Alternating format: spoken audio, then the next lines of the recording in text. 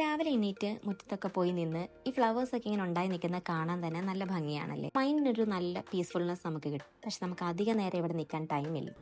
ഈ ബെല്ലോട് കൂടി ഇന്ന് രാവിലത്തെ കലാപരിപാടികൾ തുടങ്ങുകയായിരുന്നു. നീവൂട്ടൻ എണീറ്റിട്ടുണ്ട്.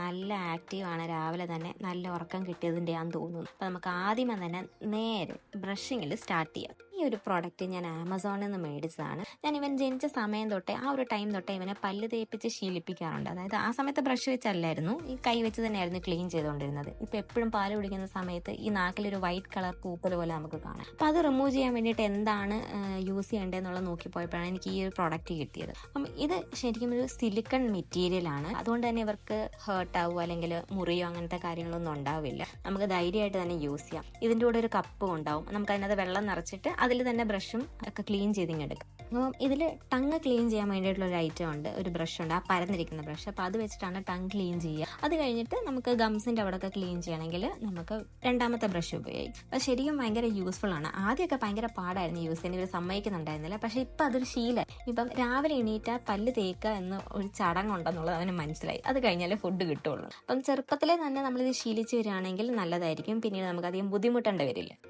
പല്ല് തേപ്പ് വലിയ കുഴപ്പമില്ലാണ്ട് കഴിഞ്ഞു. ഇനി നെക്സ്റ്റ് അവൻ കുളിച്ച് ഫ്രഷ് ആവാൻ വേണ്ടിയിട്ട് പോവാണ്. അങ്ങനെ ഫ്രഷ് ആയിട്ട് വന്നിട്ടുണ്ട്. ഇനി നമുക്ക് നേരെ ബ്രേക്ക്ഫാസ്റ്റിലേക്ക് കടക്കാം. ഹാഫ് നേന്ത്രപ്പഴം ആണ് കൊടുക്കുന്നത്. ഇതിന്റെ ബാക്കി ഹാഫ് ഞാൻ വൈകുന്നേരം ആപ്പിളിൻ്റെ കൂടെ ക്യാരറ്റിൻ്റെ കൂടെ ഒക്കെ അടിച്ചു കൊടുക്കാറുണ്ട്. അപ്പം ഫുഡൊക്കെ കഴിഞ്ഞ് കഴിഞ്ഞാൽ നമ്മുടെ ഏകദേശം ഒരു 90-95% ജോലിയും കഴിഞ്ഞു. ഓക്കെ, ഇനിയിപ്പോൾ നേരെ ഉറങ്ങുക എന്നുള്ള ഇതാണ്. അപ്പോൾ ഉറങ്ങി കഴിഞ്ഞ് കഴിഞ്ഞാൽ പിന്നെ നെക്സ്റ്റ് നേരെ എൻ്റെ ജോലിയിലേക്ക് കിടക്കാം. അപ്പോൾ അവൻ ഉറങ്ങിയിട്ടുണ്ട്. അപ്പോൾ ഞാൻ എൻ്റെ ഓഫീസ് വർക്കിലേക്ക് പോവാണ്. അപ്പോൾ എനിക്ക് ലോഗിൻ ചെയ്യാൻ ടൈം ആയിട്ടുണ്ട്. അപ്പോൾ പിന്നെ കാണാം.